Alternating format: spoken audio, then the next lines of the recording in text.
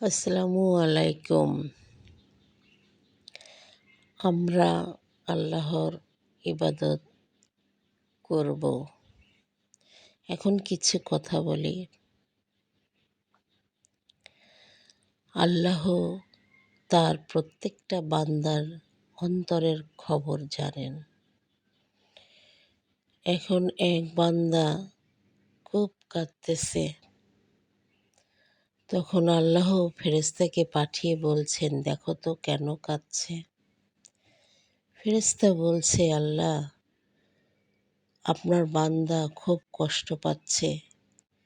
সে কী কারণে কষ্ট পাচ্ছে তা তো আমি বলতে পারবো না। আল্লাহ তখন বলেন, আমি তাকে নিরাশ করব না।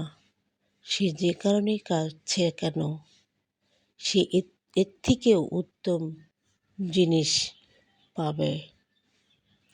সে যেন একটু ধৈর্য ধারণ করে, তাহলে সে মুক্তি পাবে।